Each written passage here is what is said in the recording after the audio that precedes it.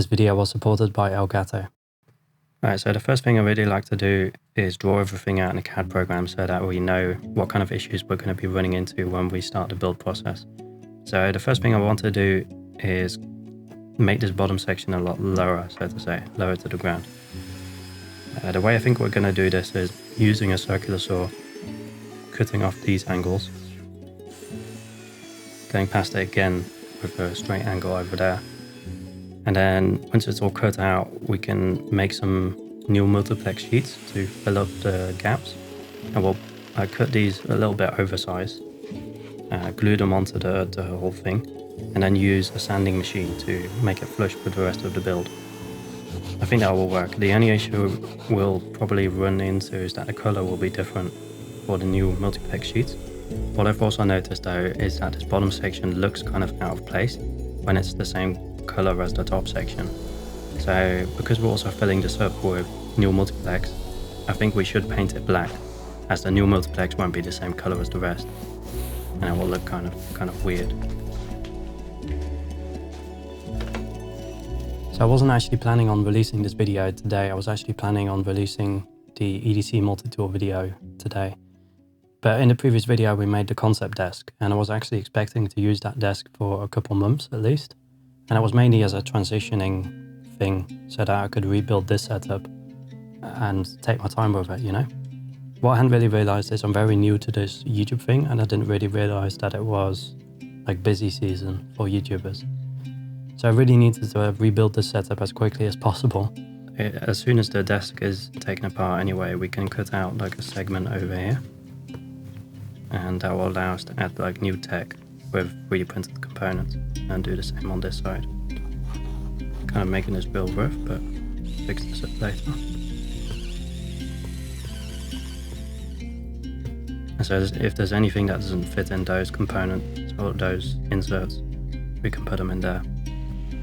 I'm not sure if that's going to be good for an audio interface, but we'll talk about that in a little bit.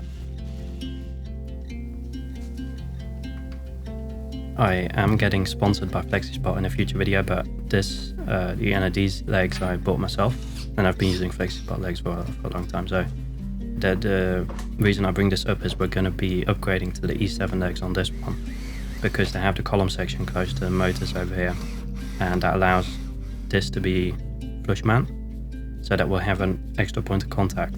Because they're actually going inside of this component, they'll be screwed in by the bottom and have an extra 3D printed plate around this section, which might be an interesting opportunity actually to put the controls in this component that we just made.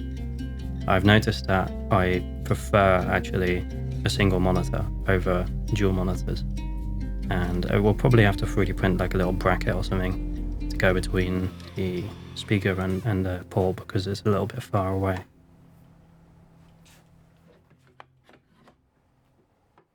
Everything needs to be properly vetted before it goes on there, because it became like a cursed setup, with an exception of two components, and that is the DaVinci Resolve Super Speed Editor, which we will have to cut out one of these braces to make it fit, but it will fit because I designed it in that way, so it's interchangeable between the concept desk setup and this setup.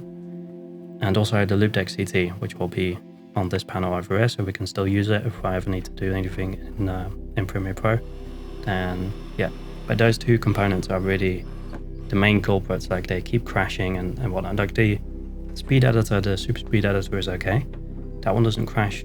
I think it's crashed once since I built it, but the loop deck CT crashes like 5 times a day. So.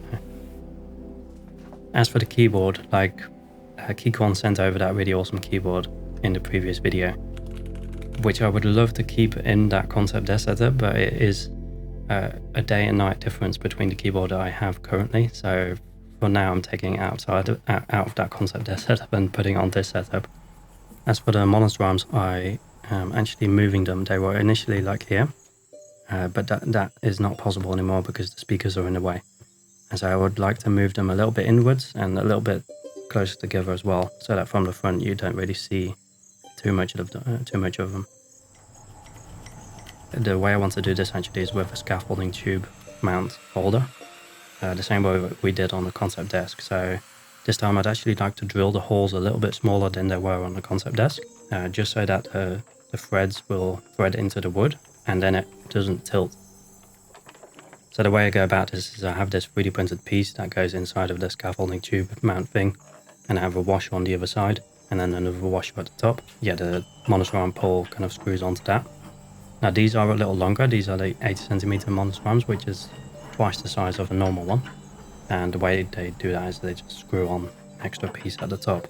I'm hoping that that is strong enough to support the whole thing that we're going to be mounting up here. Now the other monitor arms on the setup are actually from Ear Gear, and I modified those like a couple of years ago by drilling out the bottom piece. And so all the cables can be routed through the monitor arms.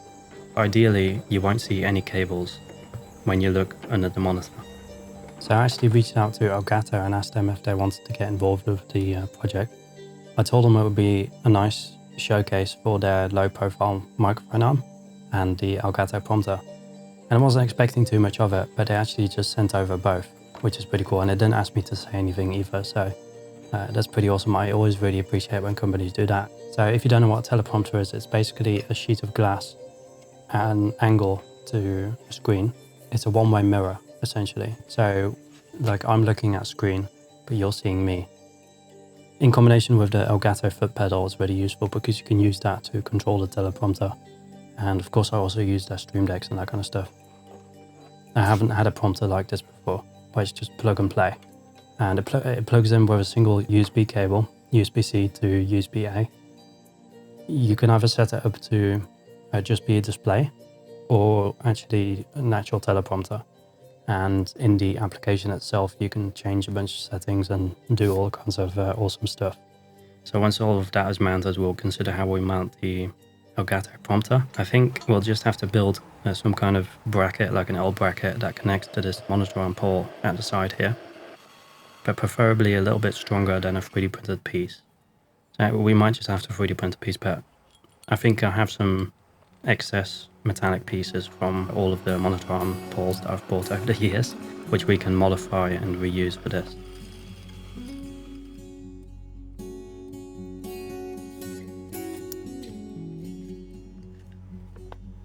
So the microphone arms that we're using for this setup are actually from Elgato as well.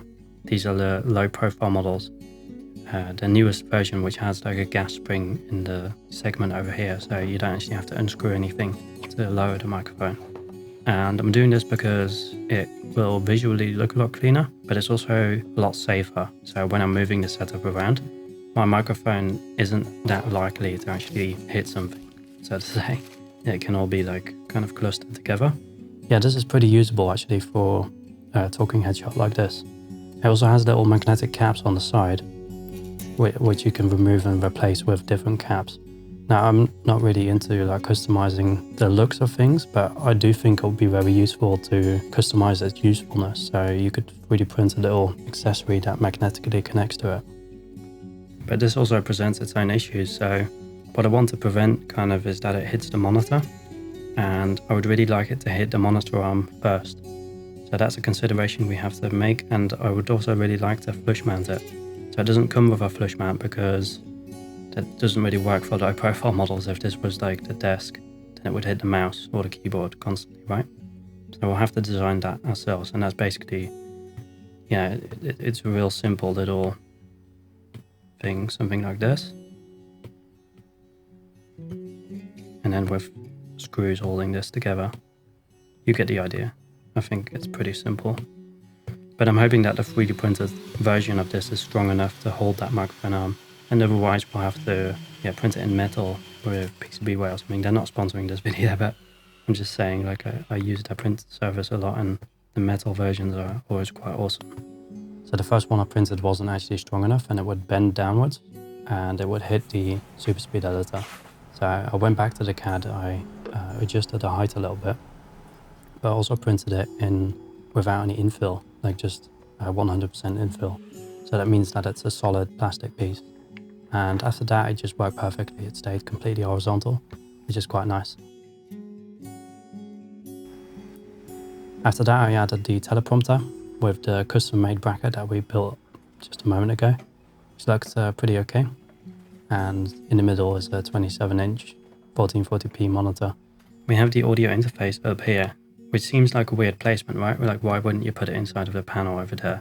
And that has to do with all of the components that are inside of this thing, which will cause interference with the audio segment. So ideally, anything audio related doesn't go below this point. So all the audio cables from the microphones will go directly into that audio interface, which will be the Behringer Flow 8 for now, because I already have that one and it works perfect. Like, it's a really good audio interface. So the 3D print that we're using here to mount it onto the VESA mount is actually from 2 years ago. And this is the original print. I printed this on the Ender 3 V2. It was one of my first prints that I ever did on a machine, which is pretty awesome that it lasted so long. It's really simple, it just turns it into a VESA mount compatible device. And yeah, we're mounting it up top, right above the teleprompter. It also has a benefit that it's up there that you won't accidentally hit it and change the input setting of the input gain and then ruin the recording. Like, audio is one of those things that has to be good, and it's one of those things that you always have to check, because anytime you don't check it, it's going to be ruined. There's something going to be wrong with it. But yeah, I hope someday we'll get to a setup where it just works. So there is quite some stuff left to do. Like, I would like to 3D print a piece between the teleprompter and the speakers, and that way it looks a little bit more unified, so to say. Also, in terms of cable routing, we need to have some sleeves and route those properly, because at the moment it looks kind of like a mess. The speakers are also kind of tilted, which doesn't look as good. There's some gaps in this setup which we'll still need to add the inserts for. But I'm actually getting a 3D printer, which is really awesome, that we'll be using this for. So special thanks to Elgato for sending over that gear. That's really awesome. Featuring it in like more detail later down the line, so that I could like showcase all of the features that it has, but then in like a more beautiful setup. And yeah, hopefully see you in the next one.